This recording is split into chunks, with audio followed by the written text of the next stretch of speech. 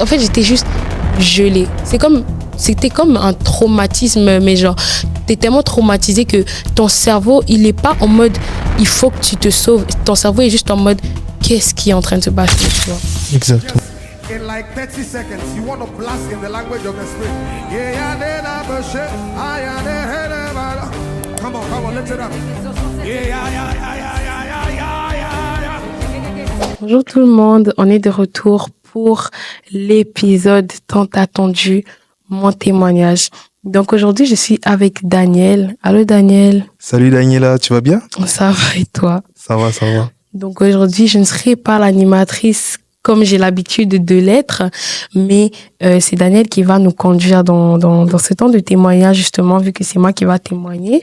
Alors, à toi la parole. J'aimerais encore te dire, Daniela, est-ce que tu vas bien? Oui, par la grâce de Dieu, je vais très bien. C'est vrai que raconter mon témoignage, c'est un peu... ça fait un peu bizarre parce que je ne l'ai jamais raconté à personne dans l'intégralité. Même ceux qui pensent tout savoir, en vrai, ils ne savent pas tout.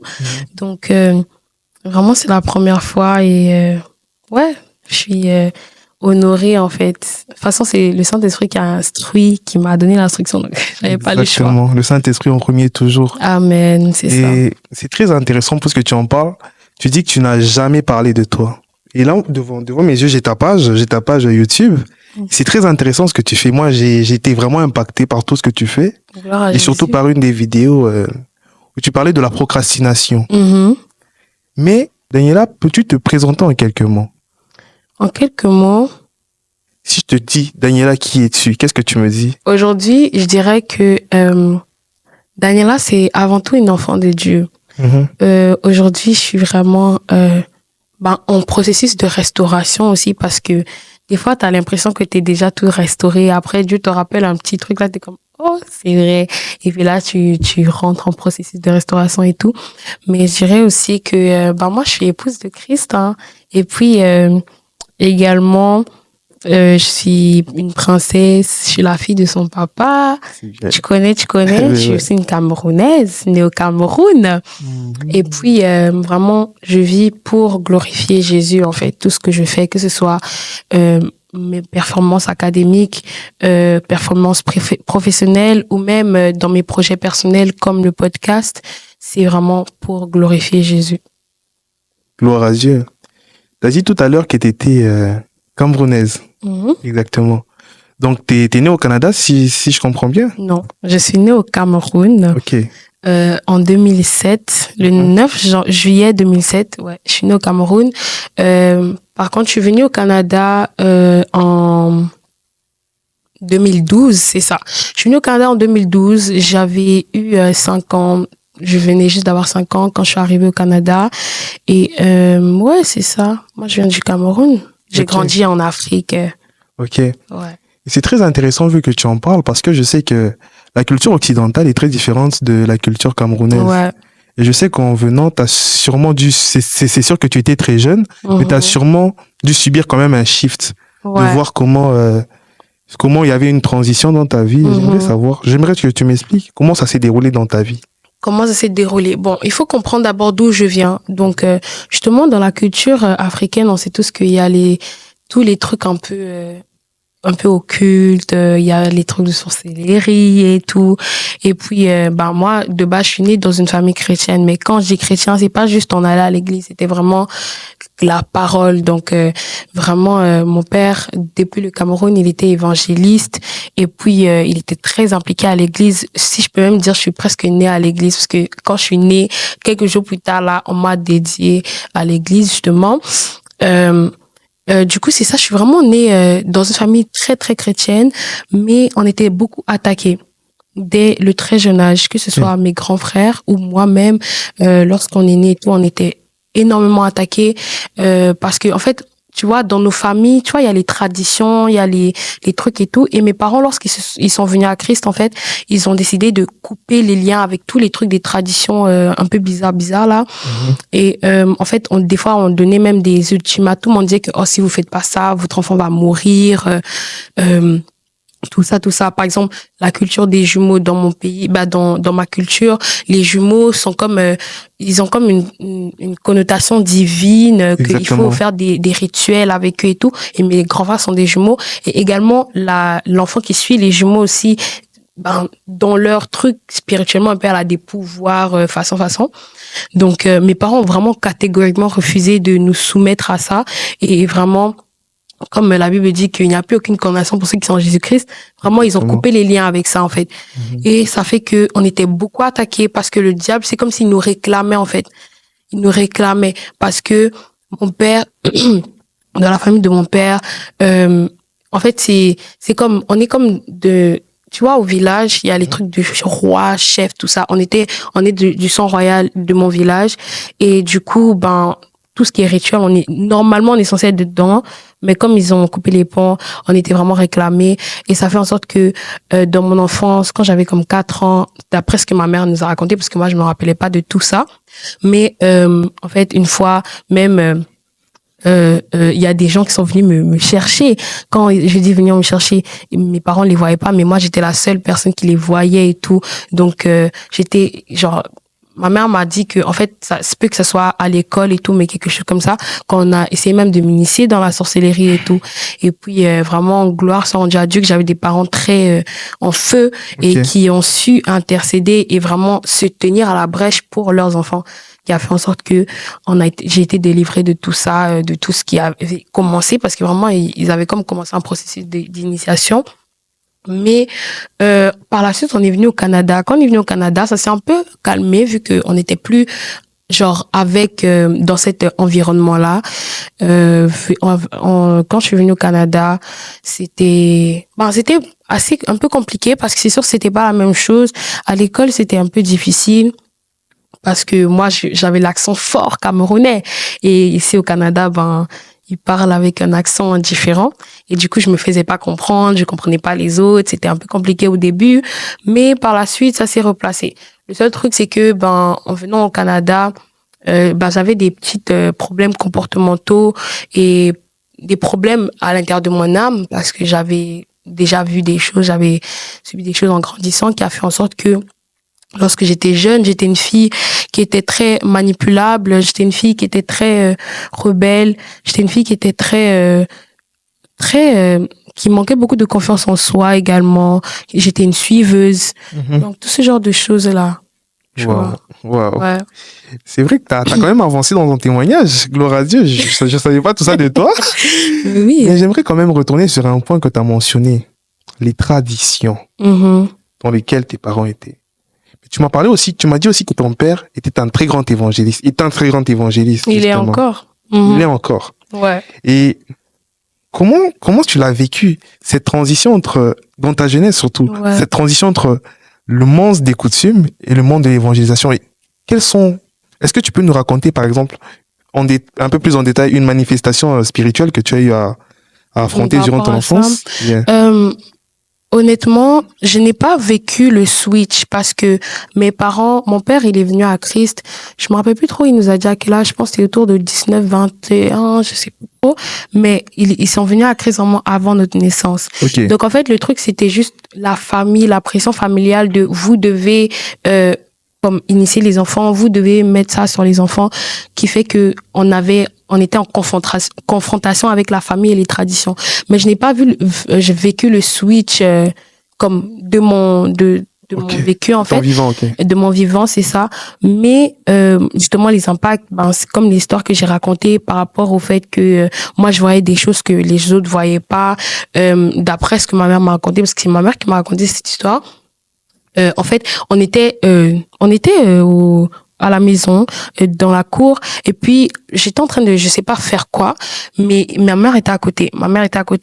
Et puis je commence à crier, je commence à dire, elle veut brûler mon pied. Et puis je pointe quelqu'un et ma mère dit qui? Et puis moi je dis, regarde, elle veut brûler mon pied. Et puis ma mère voyait personne. Okay. Tout le monde vient, personne voit personne, mais je suis la seule qui la voit. Puis là après ils disent, ok, montre-nous c'est qui veut brûler ton pied. Est-ce que tu sais où elle habite et tout? Puis là je dis disaient oui, non, non. Et puis là, je les ai amenés là où la personne habitait. Mais la personne habitait dans un marécage, dans un fin fond marécage, là. Tu vois un peu les trucs. Des fois, on pense que les films, comme les films nigériens, c'est fake. Mais en vrai, c'est la réalité. C'est des trucs qui se passent vraiment. Et c'est ça, en fait. Donc, quand je les ai amenés là-bas, mes parents comprenaient rien parce que moi, au Cameroun, on était très protégés du sens que mes parents nous amenaient à l'école, on rentrait à la maison, on était même dans une école privée. Donc vraiment, on savait, mes parents avaient la conscience aussi du fait que on était attaqués. Donc, ils limitaient le temps qu'on soit seul, tu vois. Ok.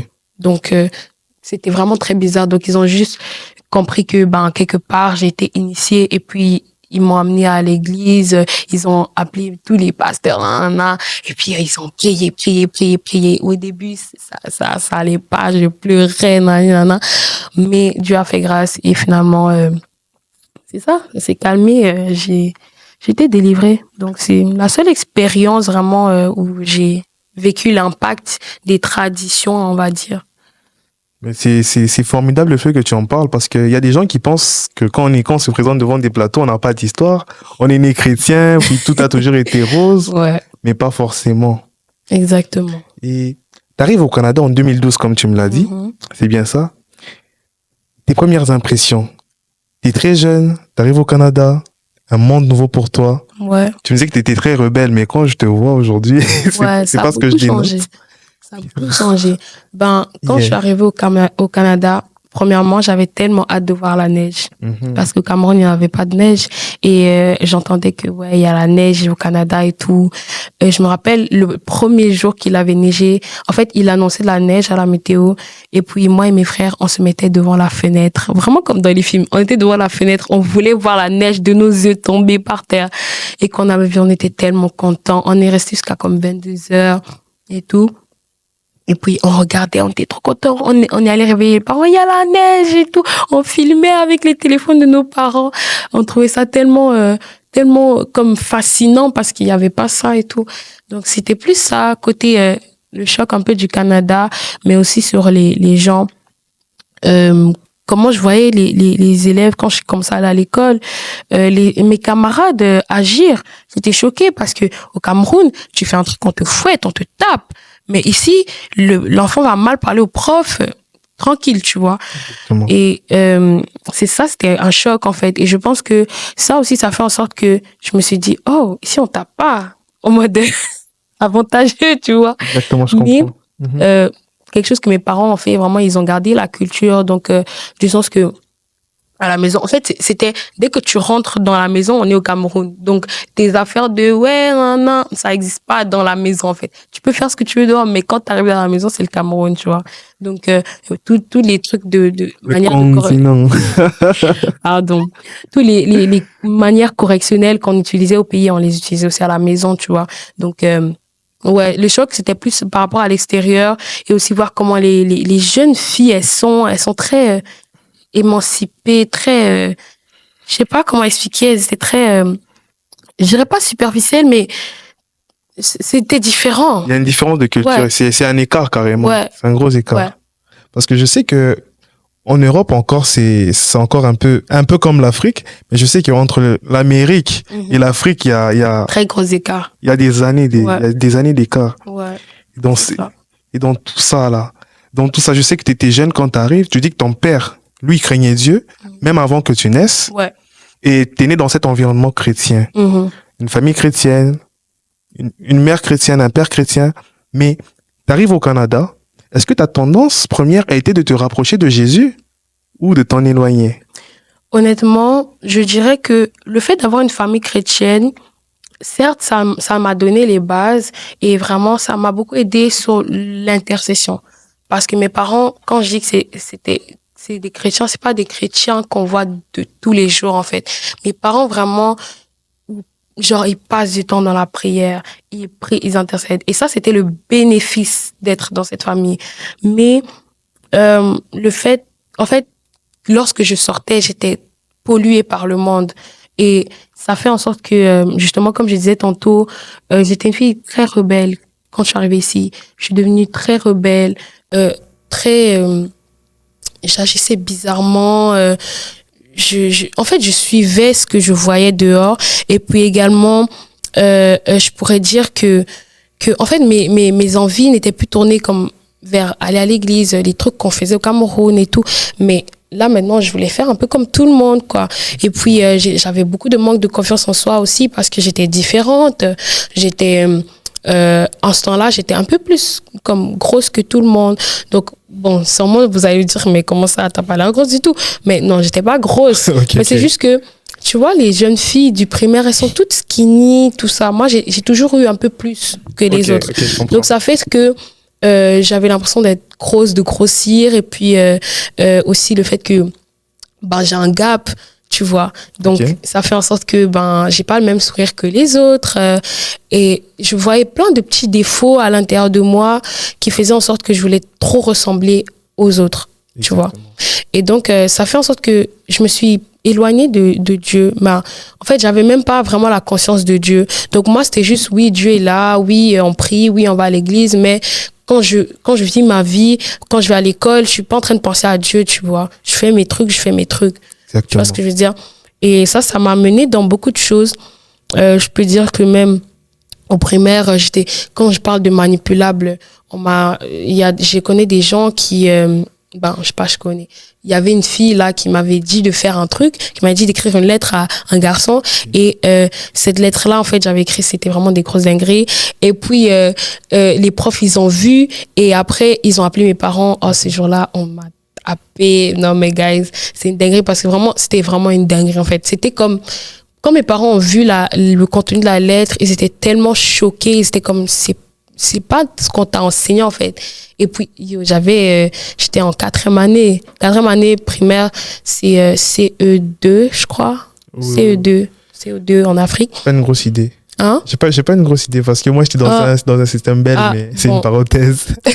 Je pensais que... C'est pas la même désolée. chose. Pas grave. Mais, en tout cas, j'étais en 4e année primaire. Et, tu vois, très tôt, j'étais un peu dans des trucs, voilà, quoi. En tout cas, vraiment. Vu que t'en parles là, je me dis que t'as une histoire. Non, c'est réel. Et puis, par la suite, comment j'ai continué à grandir avec ça. Et le point fulgurant, c'est vraiment quand j'ai changé d'école et que je suis allée dans une autre école primaire pour ma 5e et 6e année. C'est là que pour la première fois, j'étais exposée même à de la pornographie.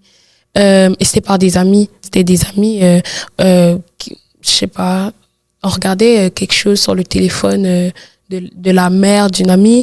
Et puis, en fait, on voit, tu vois, genre, quand t'as WhatsApp et que quelqu'un t'envoie les vidéos, ça enregistre direct sur le téléphone. Et c'était comme une vidéo, genre, enregistrée par WhatsApp automatiquement. Et puis, c'était une vidéo, voilà, quoi. Ok. Donc, ça, c'était la première fois que j'avais vu ça. Et puis, bon, honnêtement, je n'ai pas eu une addiction comme les gens disent et tout. Comme moi, c'était pas un truc que j'étais comme, il faut que, tu vois, non. Tu vois, mais quand même, j'étais exposée et ça fait que, genre, je regardais comme, même le type de film que je regardais pas des films normaux d'enfants, tu vois. Genre, c'était, voilà, ça avait des temps un peu sur moi. Également, je pourrais dire que quand je parlais de mauvaises amitiés, j'ai été dans des amitiés qui m'ont poussé à faire des choses, sortir en douce, des fois même mentir. Et c'est même pas que mes amis me disaient mens, mais c'est juste que, en fait, la manière dont eux ils étaient éduqués, la manière dont eux ils étaient laissés aller, moi je n'avais pas ça. Moi j'étais dans une famille stricte et que c'était très à la lettre, et ça fait en sorte que quand je voulais faire comme eux, il fallait que je mente à mes parents, il fallait que des fois quand on devait sortir au resto, il fallait que je vole, il fallait que ci et ça parce que mes parents me donnaient pas d'argent de poche à ce temps-là. Et puis donc, tu vois, des trucs comme ça qui fait en sorte que petit à petit, je devenais de plus en plus rebelle. Et puis, j'avais beaucoup de haine à l'intérieur de moi quand j'étais plus jeune. J'avais beaucoup d'amertume qui fait en sorte que je n'arrivais pas à comprendre l'amour de mes parents. Donc, j'étais convaincue à l'intérieur de moi que mes parents ne m'aimaient pas d'une certaine façon, et plus précisément envers mon père, en fait. Parce que, en fait, je sais pas, c'est comme... Je pense que c'est le changement de système qui fait que au Canada, je vois comment tout le monde, en fait, il y a pas de truc de tapage, il y a pas de truc genre, tu vois, ici, les enfants, c'est comme si on les laisse faire n'importe quoi. Exactement. Mais nous, on était restés dans le système camerounais, entre parenthèses, et je voyais comment, des fois, on me tapait, et des fois, tu vois, quand on te tape, alors que comme, c'est même pas toi qui as fait le truc, mais comme, on te tape et que, genre, tu sais que c'est injuste, mais des fois, le parent, il voit pas l'injustice, mais comme toi, dans ta tête, t'es comme, oh, c'est trop injuste et tout. Et là, ça crée un sentiment d'amertume, de haine et tout. Et ça fait que, pendant longtemps, j'avais beaucoup d'amertume, j'avais beaucoup de haine. J'étais fâchée. À la maison, vraiment, ça allait pas. J'étais très, très rebelle. Et maintenant, avec du recul, je me rends compte qu'en fait, mon père m'aime tellement. Genre, là, maintenant, je me rends compte vraiment, là, quand je repense, je me dis, en fait, c'était un peu à cause de l'entourage et un peu de ma faute que je ressentais autant d'amertume. Parce que quand je regarde à toutes les fois que, comme, des fois, je m'assieds avec mon père. En fait, c'est comme si je rejetais l'amour. J'étais comme, votre manière d'aimer l'amour, je veux pas ça. Wow. Tu vois. Et ça fait en sorte que, j'étais vraiment très, très rebelle. C'était compliqué à la maison. Et même avec mes frères, la relation avec mes frères, c'était assez compliqué. Parce que, en fait, il faut savoir que moi, je suis dans une famille où je suis la seule fille. J'ai 4 frères. Mais en ce temps-là, j'avais juste 3 frères. Tu vois. Et le truc, c'était que... Donc, t'es pas la dernière? Non, je suis la cadette, je suis au milieu, moi. J'ai 2 grands frères, 2 petits frères. Ok. T'es quand même grande sœur. Ouais. Donc, t'as des responsabilités. Ah, c'est ça. Ok. Mais du coup, par rapport à ça, le truc, c'est que quand justement, t'es la seule fille, ben, dans mon cas, c'était la fille contre les garçons. Ok. Tu vois. Je comprends. Et du coup, ben, ça fait que mes frères, des fois, j'avais un problème avec mon petit frère et comme ils sont solidaires, ils vont tous se mélanger ensemble sur moi, tu vois. Exactement. Et ça fait en sorte que, ben, moi, je vivais énormément de solitude. Je me sentais seule et incomprise. Je me sentais pas acceptée aussi parce que des fois, tu vois, ils sont là, ils sont entre eux, garçons. Tu as envie d'être dans le parti aussi, mais tu sens qu'il y a pas la ressemblance, en fait. Wow. Ouais. En tout cas, quand je te vois là, je suis vraiment étonné. Il y a plusieurs questions qui me viennent comme ça, mais je vais commencer par la première. Tu me dis que tu es la seule fille. T'es la seule fille de ta famille. Ouais. Donc, sûrement, je sais que quand il y a des filles uniques, généralement, les pères imposent une protection un peu supplémentaire sur la fille. Donc, est-ce que dans ton parcours, dans ton enfance, tu t'es sentie un peu surprotégée? Oui. À plusieurs reprises, je me suis sentie surprotégée. Mais maintenant, avec du recul, je me rends compte qu'en fait, it wasn't that deep. Parce que c'est vrai que, en fait, je pense que mes parents voyaient que j'avais de très mauvaises compagnies et me protégeaient de ces compagnies-là. Mais moi, dans ma tête d'enfant, je ne comprenais pas ça. Je comprenais juste qu'on m'empêchait de sortir, qu'on voulait pas que je sorte avec mes amis, qu'on voulait pas que j'aille au parc. Alors qu'en fait, c'est juste, mes parents avaient capté ça, en fait. C'est pour ça que quand on dit que ce qu'un enfant voit dans un arbre, sur une échelle, même un parent assis, il le voit déjà de loin, tu vois. Exactement. Donc, en fait, comme en ce temps-là, je pensais vraiment que c'est la surprotection. Mais aujourd'hui, maintenant, j'avoue qu'il y a des petits détails que voilà. Des fois, c'est un peu surprotection. C'est un peu tight. Voilà. Mais tight. sinon, Okay. ouais, j'étais une enfant qui était beaucoup protégée. Et ouais, je voyais vraiment comment, surtout mon père, mon père, en plus, c'est quelqu'un, si on pouvait définir le mot prudence, c'est mon père, en fait. Mm-hmm. Tout ce qu'il fait, il le fait avec extrême prudence. Dès qu'il y a 1% de dangerosité, il te dit non, en fait. Pour le convaincre, pour que tu ailles dormir chez une amie, il faut que tu donnes les arguments palpables, raisonnables, qu'il n'y a aucun danger. Et quand on parle de danger, on parle pas juste de danger physique, on parle aussi de danger spirituel. Yes. Donc si par exemple, c'était une famille qui était pas fervente, qui priait pas, je pouvais pas aller dormir chez eux, en fait. Ok. Parce que, voilà, tu risques de ne pas prier. Si. Avant, je trouvais que c'était excessif, mais maintenant, je comprends quand même. Tu comprends la portée spirituelle de chaque action que tes parents posent envers toi. Je comprends. Ok, ça s'appelle aussi grandir d'une manière. C'est ça. Et ton témoignage est vraiment intéressant parce que la Daniela d'hier n'est pas la Daniela d'aujourd'hui. Mm-hmm. Et ce que je vois, c'est une personne transformée. Et le processus a été long. Ouais. Et il est même pas encore fini. Hein. Il n'est pas encore fini parce qu'avec Dieu, on peut que monter. On n'atteint jamais le sommet. De gloire en gloire. Mais j'ai quand même une petite question. Mm-hmm. J'aimerais savoir, durant ta jeunesse, quel est le péché duquel tu as eu le plus de mal à sortir? Le péché où j'ai eu le plus de mal à sortir. Exactement. C'était le mensonge et le vol. Ouais, parce que comme je parlais du fait que j'étais très une suiveuse, oui. En fait, quand mes amis sortaient et tout, moi aussi, je voulais sortir. Mais j'avais jamais l'argent parce qu'on me donnait pas d'argent de poche. Et pour être honnête, je voulais l'argent de mes parents. Donc, il y avait des fois l'argent dans le coffre de mon père. Et souvent, il y avait des pièces et tout, des petits billets. Je prenais ça et tout. Je sortais avec. Et je le faisais tout le temps. Donc, je partais à l'école, je passais au dépanneur acheter des bonbons avec cet argent-là. Tout le temps, en fait. Et puis, le mensonge aussi. En fait, je pense que le péché le plus dur, c'était le mensonge. Parce que le mensonge, c'est comme... En fait, quand tu commences dans une famille stricte, t'apprends très vite à mentir. Ça, c'est vrai. Très vite. Et ça fait que, en fait, c'est comme si c'est un péché que j'ai perfectionné avec le temps parce que je devenais une très bonne menteuse. Donc, je pouvais vraiment te mentir et tu me crois comme si je dis la vérité et je mets les émotions dedans, en fait. Jusque-là?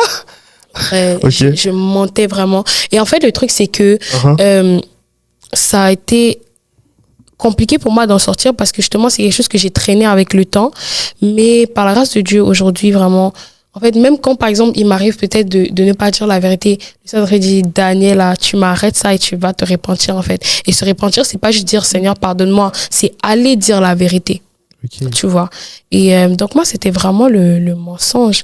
Et même par rapport à ça, en fait, c'était pas un péché qui a été un péché, mais tu sais, le diable m'a déjà tenté même avec l'homosexualité. Hein. Ouais. Je sais que c'est une dinguerie, mais attends, je t'explique. En tout cas, dis-nous tout. Je t'explique. Sens-toi à l'aise, dis-nous tout. En fait, c'était une histoire qui s'était passée à l'église. Parce que tu vois, comme je t'ai dit, j'ai grandi à l'église et tout. Et puis, je pourrais dire que j'ai vécu comme un traumatisme étant très jeune. J'étais vraiment très jeune. C'était au Canada. Ok. Dans une des églises où nous sommes allés, ce qui s'est passé, c'est que, genre, il y avait les codymes. Tu connais les codymes, non? Exactement. Ouais, c'est ça. Il y avait les codymes.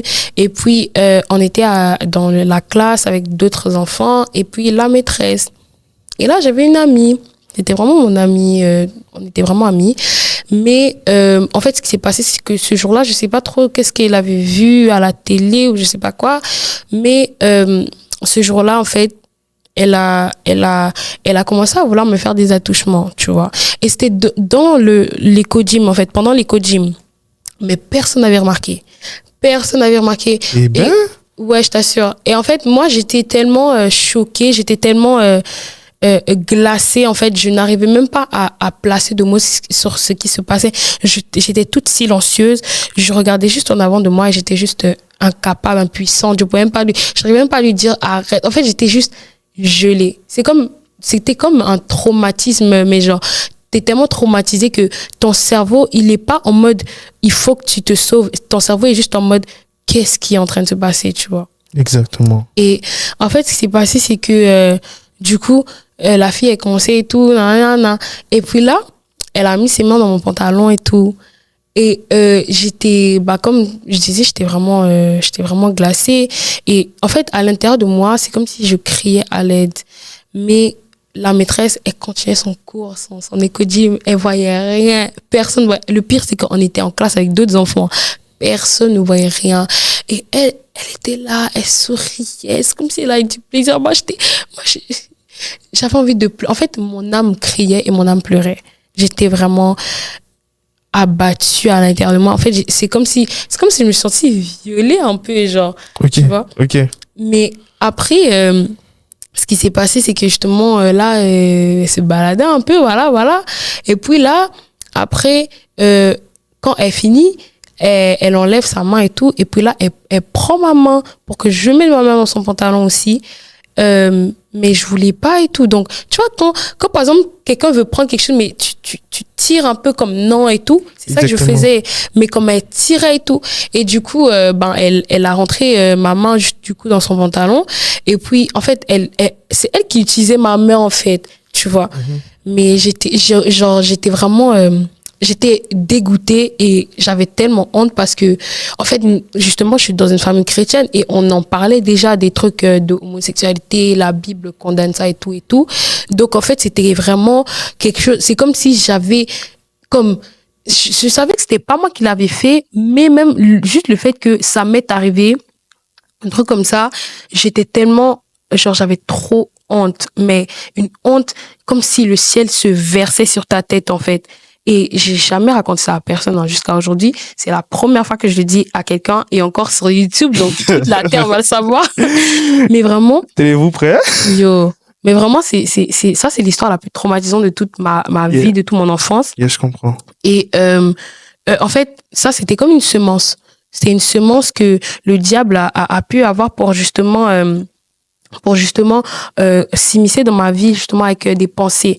Parce que tout combat commence dans les pensées, en fait. Exactement. Et je n'ai jamais accepté ces pensées-là de homosexuel ou de lesbienne ou whatever, mais ces pensées venaient quand même. Tu vois, dans la tête d'une enfant qui sait que c'est condamné, qui sait que c'est un péché, que c'est mauvais et tout, et que Dieu n'aime pas ça. Une abomination même, je pourrais dire. C'est ça, c'est une abomination, et que Dieu a brûlé Sodome et Gomorrhe pour des trucs comme ça. En fait, je savais tout ça, tu vois. Donc, en fait, dans ma tête, quand je recevais ces genres de pensées-là, j'étais tellement dégoûtée et je me sentais trop sale. Je me sentais vraiment comme... j'étais dégoûtée de mes propres pensées, en fait. Okay. Tu vois. Donc, juste pour mettre les choses au clair, c'est pas que, j'acceptais ces pensées. Non, c'est pas ça. Mais ça laissait une semence que le diable pouvait justement m'envoyer des pensées comme ça. Et tu vois, ce genre de choses, quand par exemple tu vois quelqu'un, et c'est même pas que t'es intéressé envers la personne, mais tu vois un potentiel à la personne. Je sais pas comment expliquer ça, mais genre, tu vois, quand tu vois une personne et tu regardes plus la personne de façon en mode pas normal, mais de façon comme une autre personne. C'est vraiment genre ok, innocemment en fait. La personne est bien. Ok, je vois ce voilà, que tu veux dire. Ça. Je vois ce que tu veux dire. Des fois, genre, ça m'arrivait d'avoir des pensées comme ça, des pensées en mode mais elle est belle, mais si, mais ça. Et après, direct après, c'est comme si le Saint-Esprit, il agissait déjà dans ma tête. Directement après, je suis comme, non, sans effet et tout, et tout, c'est condamné par Dieu, tout ça.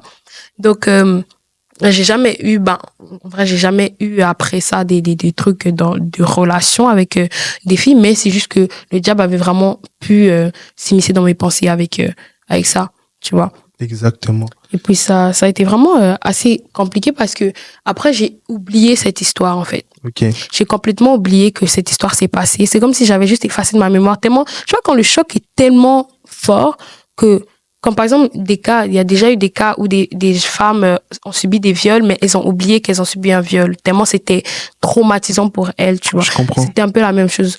J'ai complètement oublié cette histoire-là. Et c'est comme proche de quand j'ai donné ma vie à Christ que Dieu m'a rappelé cette histoire. Il m'a rappelé que, parce que je demandais à Dieu, Seigneur, pourquoi est-ce que des fois j'ai ces pensées, je sens que ça ne vient pas de moi. Je sens que c'est intrus, en fait. Exactement, je comprends. Et puis du coup, en fait, quand je posais mes questions au Saint-Esprit, je demandais à Dieu, c'est là que Dieu me rappelle l'histoire et il me dit, c'est ça la racine, en fait. Et c'est là où j'ai commencé justement la restauration par rapport à ça, pardonner aussi la personne qui m'a fait ça, parce que c'était pas quelque chose de consentant ou quoi que ce soit. C'était c'était une agression, mais c'était une enfant, tu vois. Donc exactement.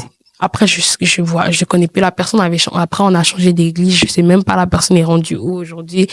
Donc ouais. C'est très intéressant ce que tu dis. Je vais revenir sur un point parce que tu disais tout à l'heure que c'était quelque chose qui s'est passé quand tu étais jeune, mais tu as eu à oublier ça avec le temps. Mais il a fallu qu'on te rappelle qu'il s'est passé ça dans ta jeunesse pour que tu prennes conscience que c'était à cause de ça que tu étais lié. Et par rapport à ça, est-ce que tu penses que ton caractère un peu rebelle était dû à quelque chose qui s'est passé un peu plus tôt dans ton enfance? Ouais. Ça, je sais que oui. Yeah. En fait, je veux pas trop rentrer dans des détails parce que c'est aussi des affaires de famille. Et comme on dit, le linge sale se lave en famille. Exactement. Donc, il y a des petits trucs dans ma famille qui a engendré, en fait, ce caractère-là, des problèmes de colère aussi.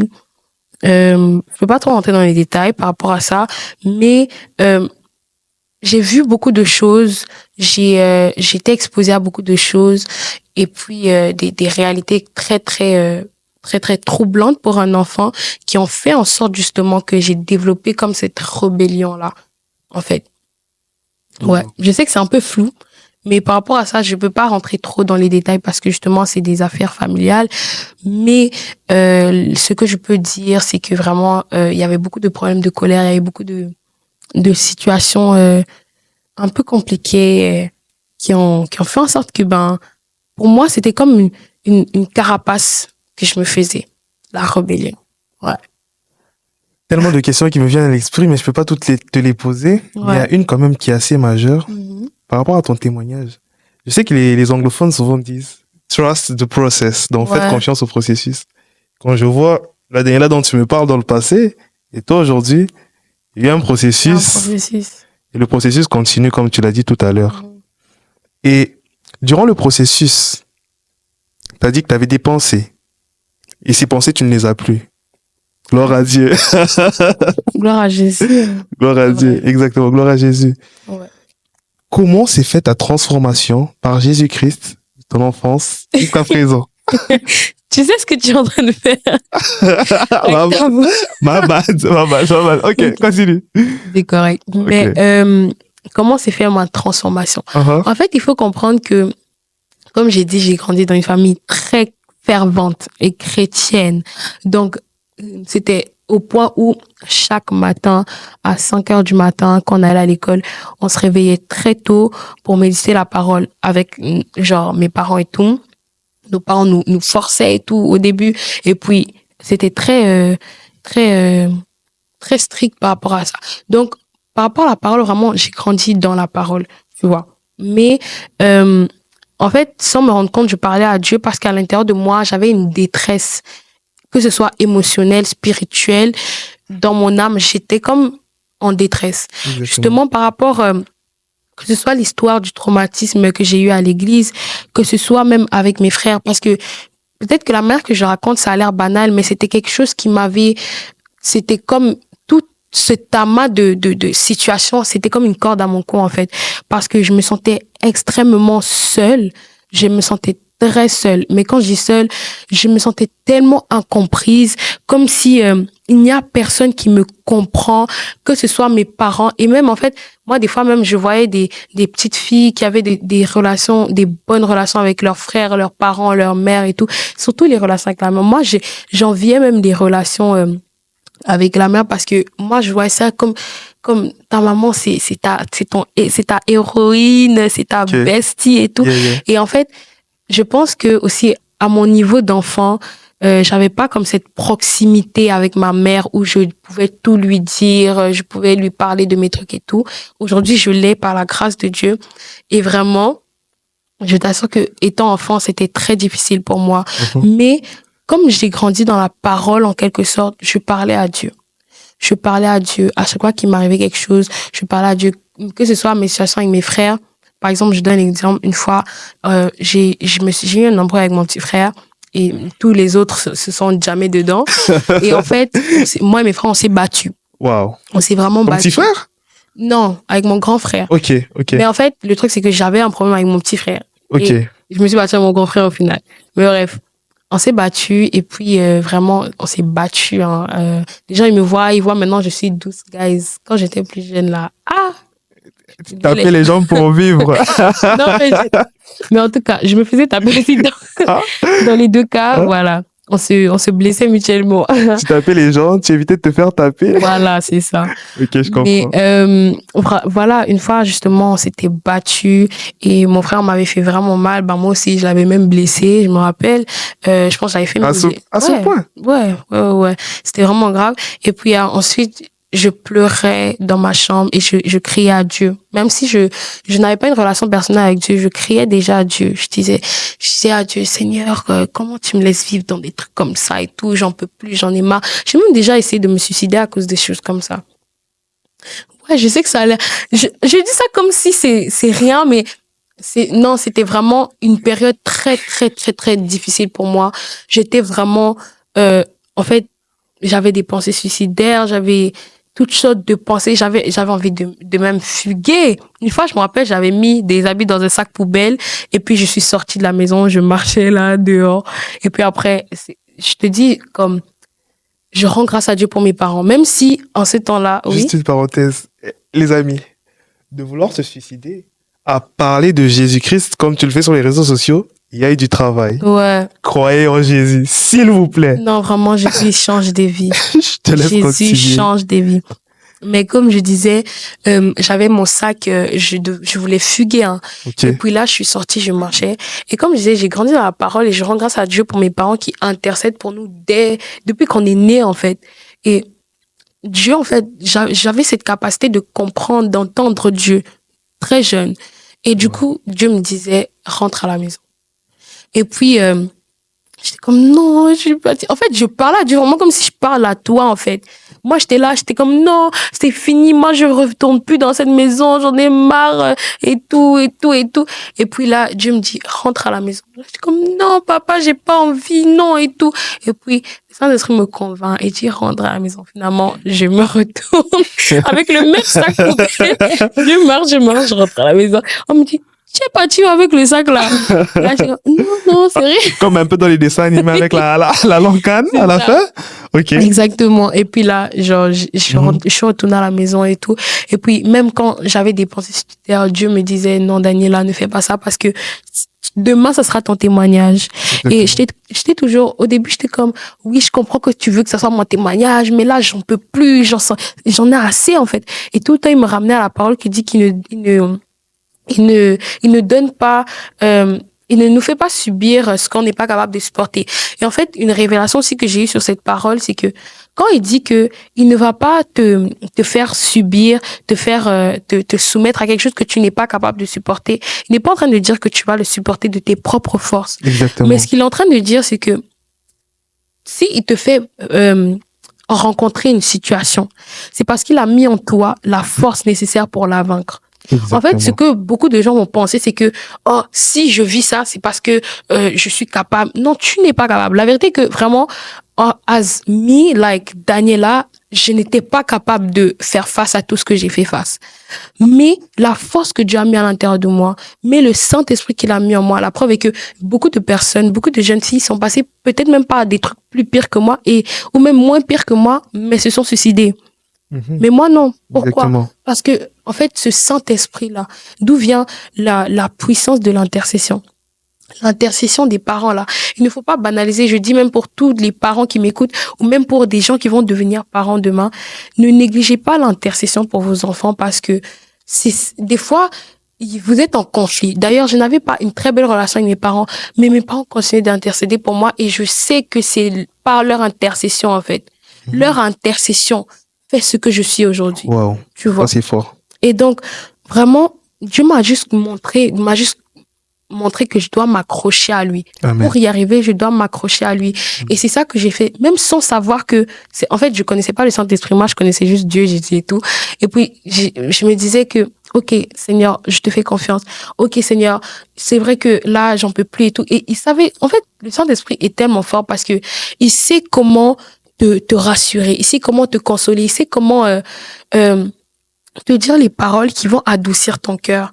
Et c'est ça qui s'est passé avec moi en fait parce que justement ce jour-là où je m'étais vraiment fâchée avec mon frère qui m'avait frappé et que je l'avais frappé également et que je pleurais devant Dieu, en fait Dieu il me disait comment demain je serai une grande personne. Il me disait comment demain ça va être mon témoignage. Il y a des filles qui vont passer par les mêmes choses que moi, des gens qui vont subir les mêmes choses et il a besoin que moi je passe par ça pour pouvoir témoigner afin qu'une autre personne puisse entendre que même si je passe par des situations compliquées, Dieu peut encore me sortir de là, Dieu peut me transformer. En fait, Dieu me faisait comprendre très jeune que des âmes dépendent en fait de ma réussite. Waouh, ça c'est fort en plus. Ouais. Par rapport à ce que tu dis, la Bible déclare aussi, ils l'ont vaincu par le sang de l'agneau d'abord. Et la parole de leur témoignage. Comme tu dis, par la parole de leur témoignage.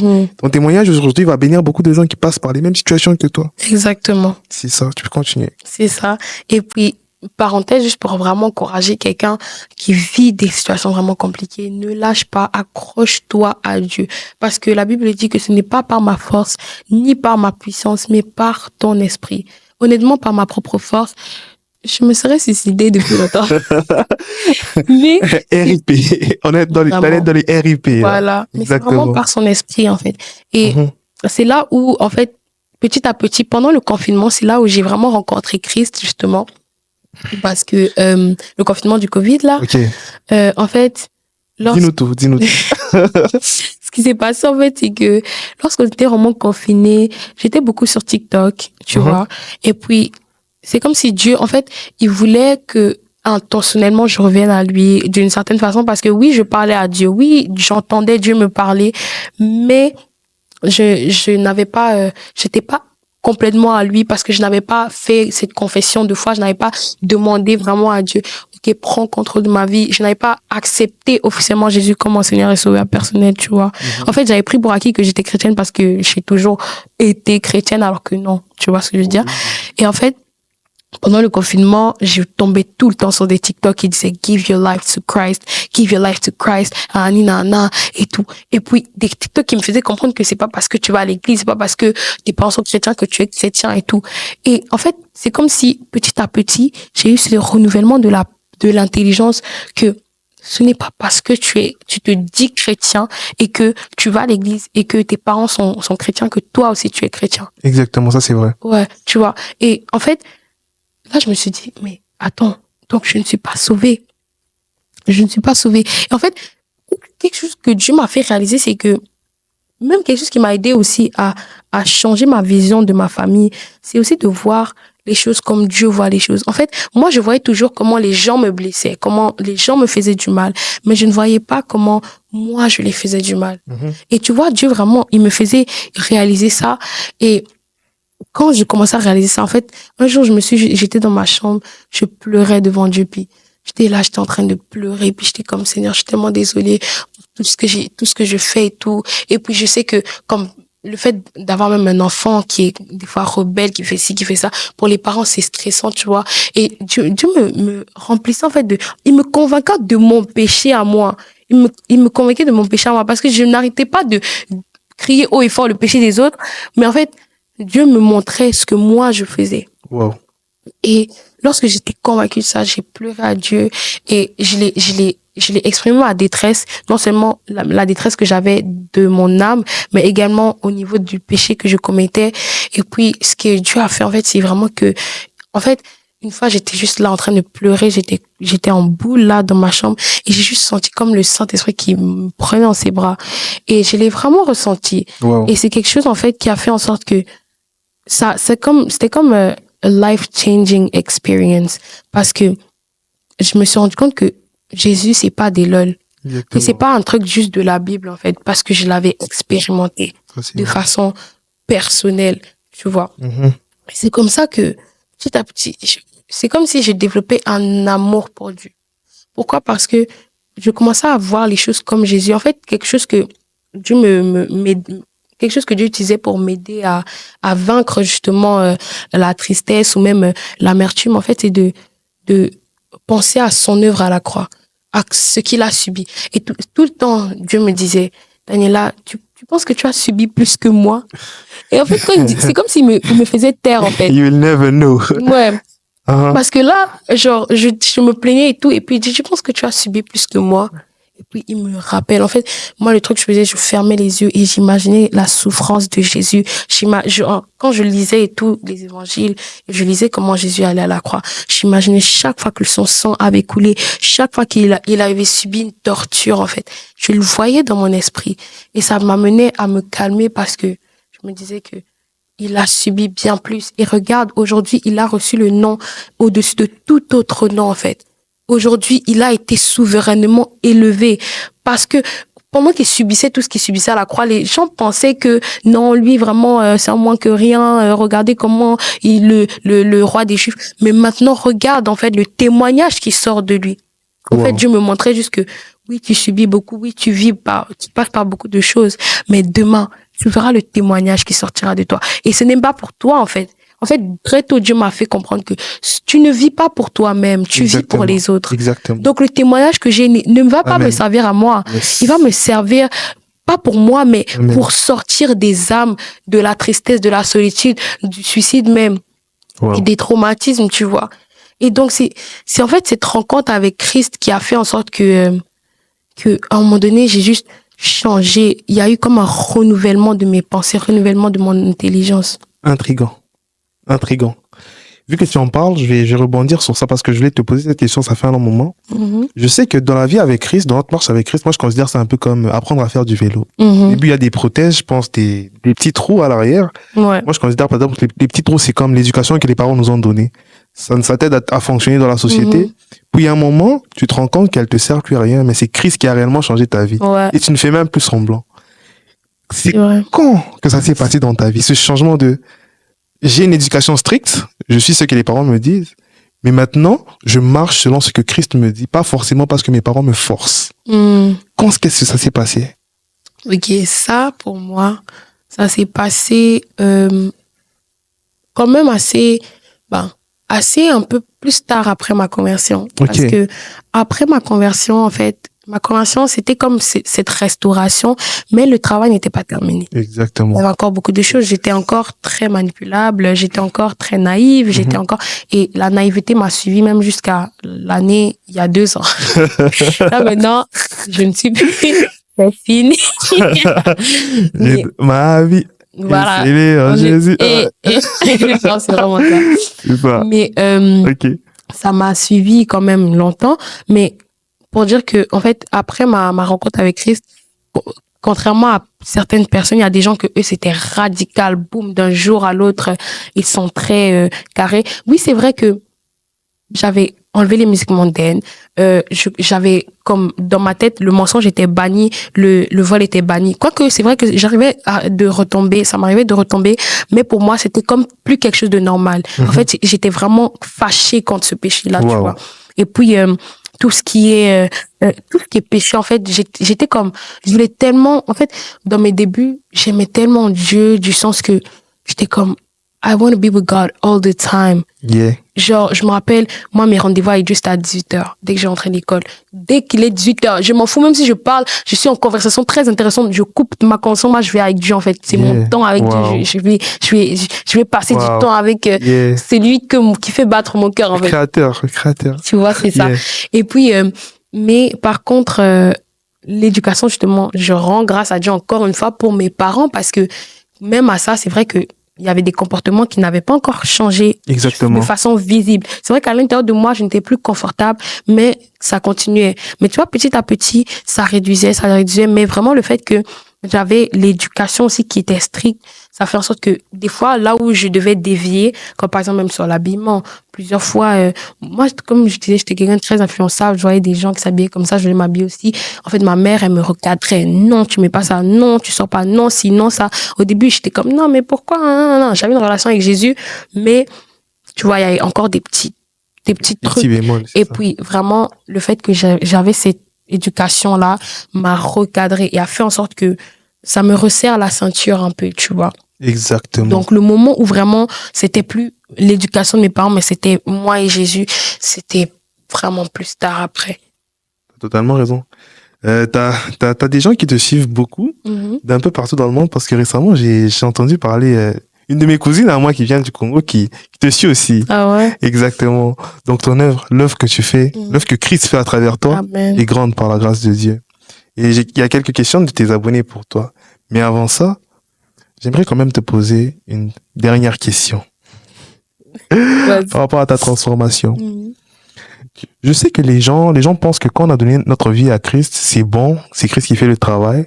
Mais généralement, les gens ont tendance à se détourner. Ils veulent pas se confier aux leaders spirituels, ce genre de choses. Mais toi, tu as dit, l'éducation de tes parents prévalait quand même aussi, même après ta conversion, et c'était très important. Quel conseil tu peux donner à un jeune qui vient à peine de se convertir, mais qui veut bâcler l'éducation, bâcler les conseils, tout ça? Moi, je dirais, tu cours à ta tombe. Parce que, clairement, tu ne peux pas, en fait, faut voir même, par exemple, Jésus. OK?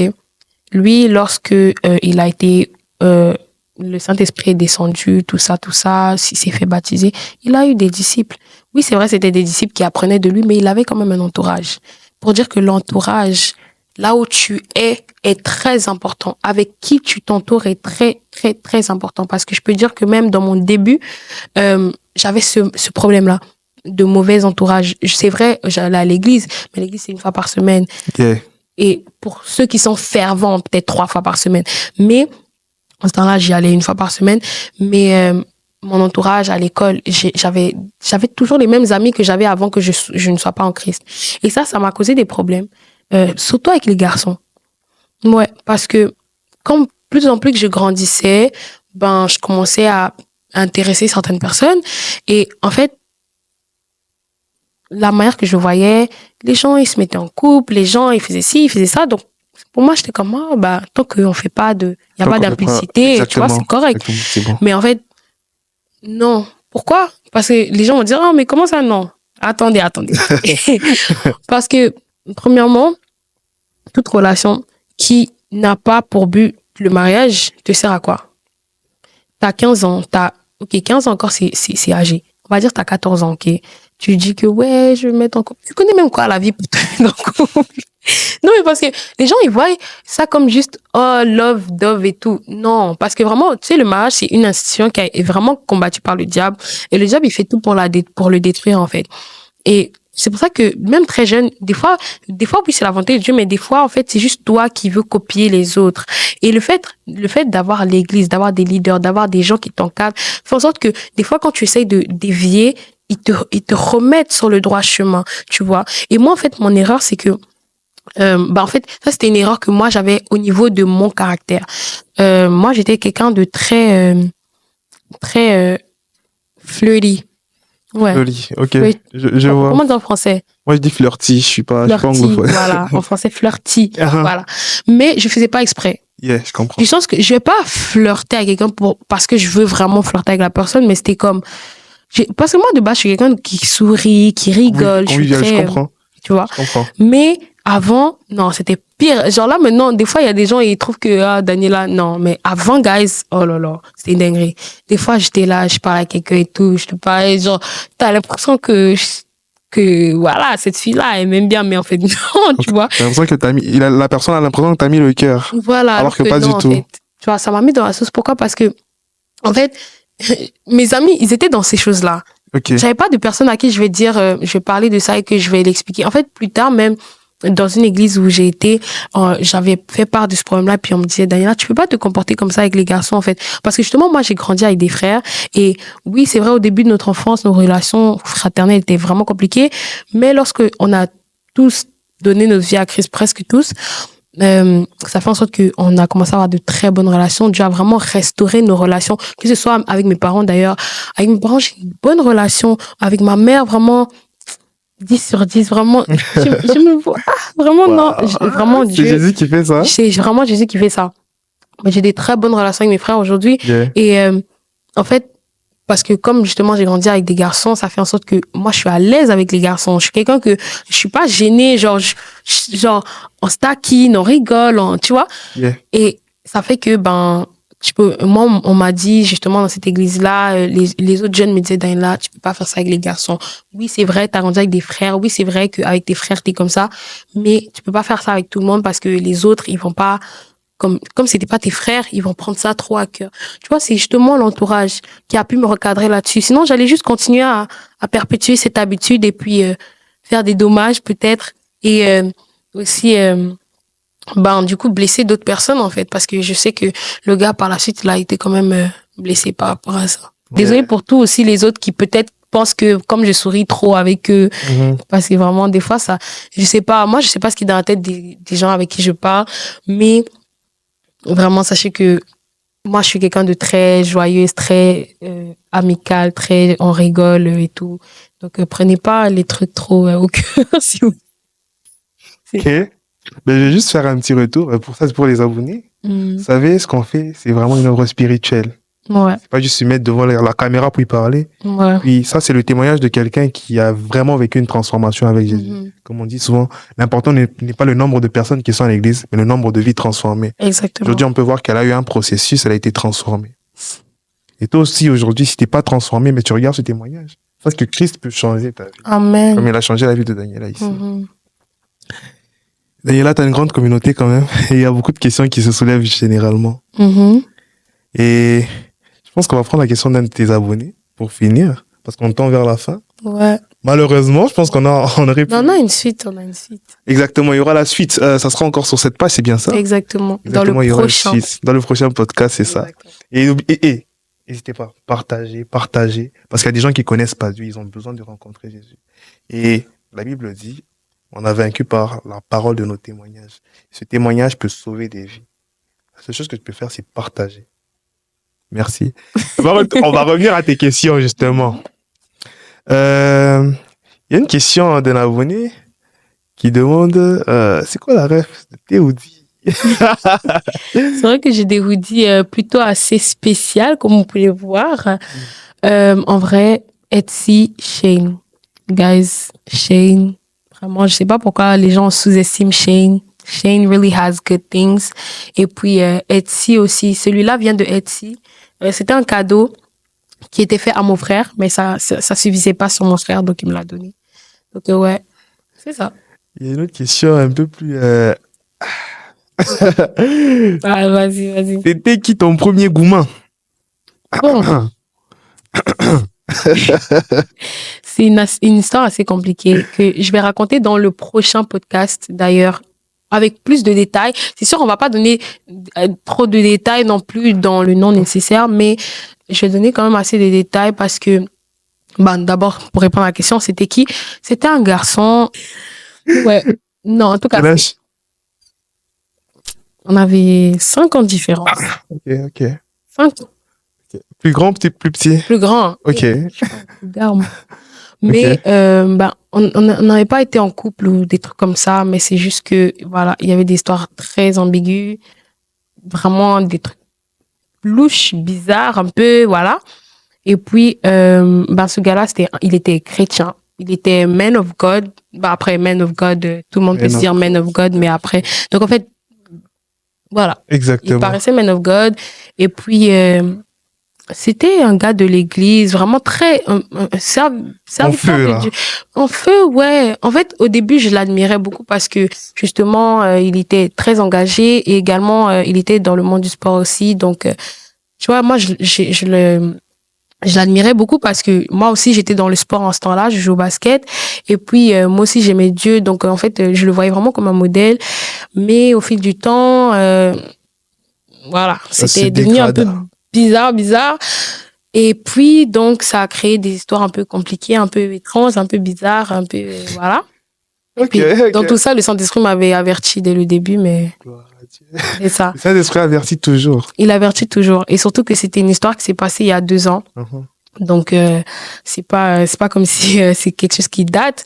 Alors oui, je vais vous l'expliquer dans le prochain podcast. Cette histoire-là, ça a été comme si c'est comme si je me faisais écraser à terre, mais par la suite, j'ai connu une ascension terrible.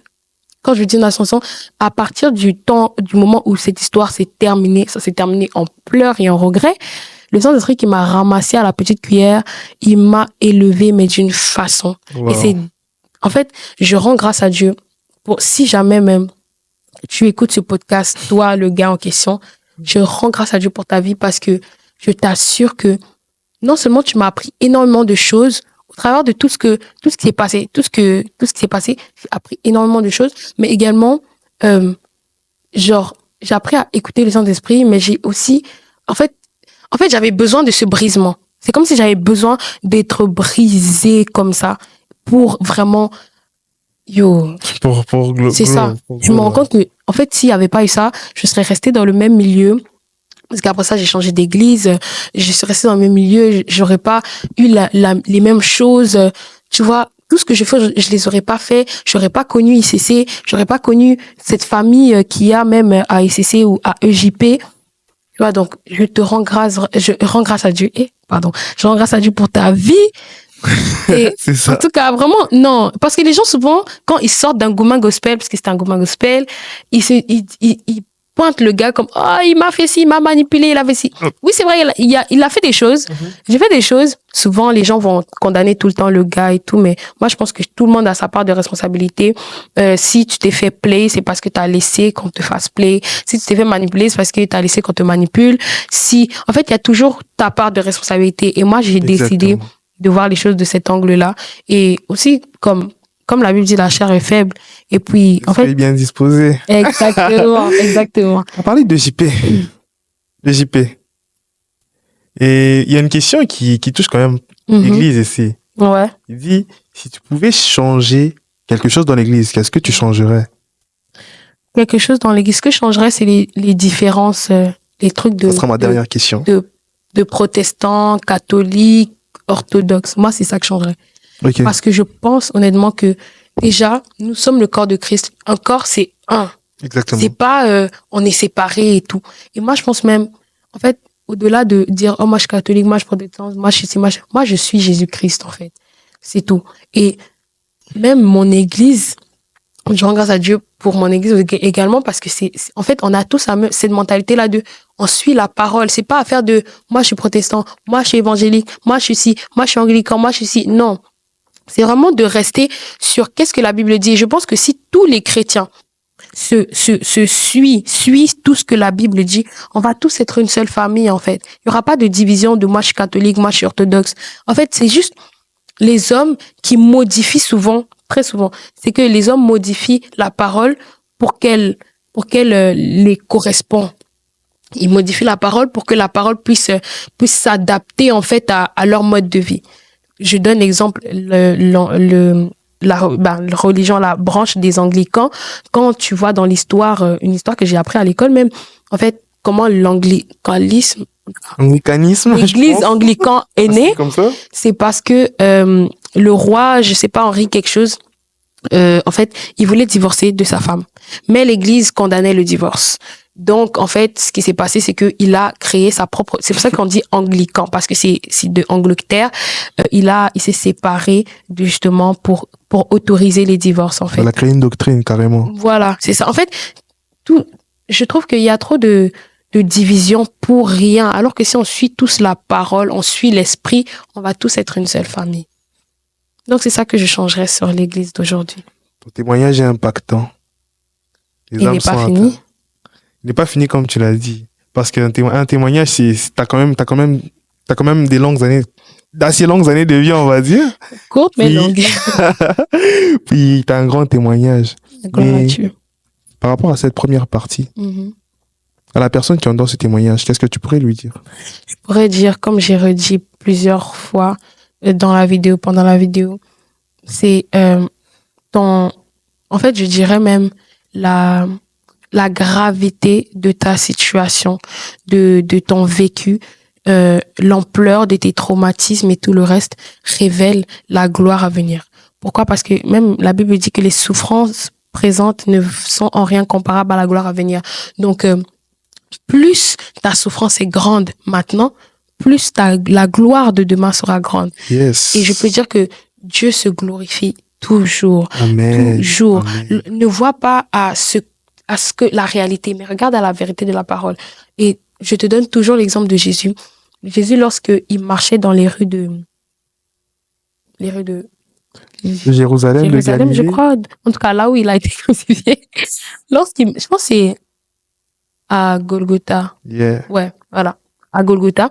Lorsqu'il marchait pour aller à la croix, justement, en fait, les hommes voyaient comme s'il était l'homme le plus misérable du monde. On voyait comme si sa souffrance était grande. Et sa souffrance était très grande. Mais regarde maintenant, la Bible dit qu'il a reçu le nom au-dessus d'autres noms. Donc en fait, tu vois que les souffrances qu'il a eues, la grandeur de ces souffrances révélait la gloire de demain, en fait. Exactement. Alors vraiment, il faut pas t'abattre, n'abandonne pas. Accroche-toi à Jésus. Et Jésus, est vraiment réel. C'est pas juste une histoire qu'on raconte pour amuser les enfants. C'est vraiment quelque chose de réel, quelque chose de palpable que moi-même j'ai vécu. Il m'a sorti de mon péché, il m'a sorti de la mort, il m'a sorti de l'amertume, du manque de confiance en soi. Aujourd'hui, tous ceux qui me connaissent savent que, oh, mais moi, Daniela, j'ai confiance en moi, mais en mode, oh là là, dès que j'ai une caméra, ouais, je suis trop belle. Non, mais vraiment, et je vous assure, Jésus transforme des vies et il peut transformer la tienne. Waouh. Donc, c'est ça que je dirais. Waouh. Mais moi, je crois en ta parole, hein. Il peut transformer ma vie. J'y crois. Moi, personnellement, ma vie est transformée, mais je crois qu'il peut encore la transformer davantage. C'est exactement ça. Et pour justement conclure ce podcast, en fait, je lancerai cet appel à toi qui m'écoute et qui peut-être n'a pas encore vraiment accepté ce Jésus personnellement. En fait, oui, tu vis dans une famille chrétienne, oui, tu as grandi à l'église, oui, tu vas à l'église, mais tu te rends compte que tu n'as jamais vraiment accepté Jésus. Tu n'as jamais vraiment dit, Seigneur, je veux tout abandonner pour que toi-même tu prennes contrôle. En fait, si tu te reconnais dans cette catégorie de personnes et que tu veux vraiment accepter Christ dans ta vie, tu peux incliner ta tête avec moi. On va prier ensemble. Alors tu vas répéter après moi. Seigneur Jésus, je t'accepte dans mon cœur. Je reconnais ma misère, mon péché. Je reconnais que je ne suis rien. Et que mon péché m'amène à la mort. Et je sais que toi, tu es le don gratuit de la vie éternelle en Jésus-Christ. Et c'est pour ça que je te reconnais comme mon Seigneur, comme mon Sauveur. Prends contrôle de ma vie. Dirige ma vie. Et maîtrise-moi. Aide-moi à te suivre. Aide-moi à faire ce que toi tu veux. Alors que je t'accepte dans mon cœur. Prends toute la place. Arrache de moi tout ce qui n'est pas de toi. Et donne-moi un cœur nouveau.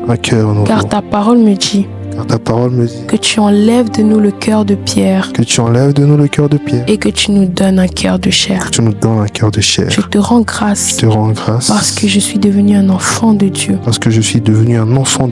Pas par mes œuvres, mais par l'œuvre de la croix. Dans le nom de Jésus. Amen. Donc du coup, si tu as fait cette prière avec moi, tu peux m'envoyer un message sur Instagram. Mon Instagram va s'afficher sur le dessus. Alors pour conclure, on va juste encore incliner la tête pour prier. Je vais pouvoir prier pour nous et pour également toutes ces personnes qui vivent même des situations difficiles. Alors Seigneur, je commence par te rendre grâce pour ce podcast. Merci pour toutes les vérités qui sont sorties, pour toutes ces choses qui ont été abordées, pour ces sujets sensibles que tu nous as permis de développer. Seigneur, je prie pour cette personne qui m'écoute aujourd'hui et qui passe par des situations difficiles, qui passe par la dépression, qui passe par l'anxiété, qui passe par des situations contraignantes, qui passe par des choses qui perturbe son âme. Père éternel, toi qui es le Père parfait, le Père par excellence, démontre-toi à cette personne, montre ta puissante main à cette personne. Je déclare dans sa vie qu'elle puisse voir la lumière de Jésus briller devant ces ténèbres dans le nom de Jésus. Et je déclare dans la vie de cette personne que son témoignage sera grandiose. Je prie afin que cette personne puisse s'accrocher à toi, puisse tenir ta main et marcher avec toi, afin que cette personne aille de gloire en gloire et de victoire en victoire. Je prie également pour ces gens qui ont accepté Christ comme Seigneur et Sauveur dans leur vie.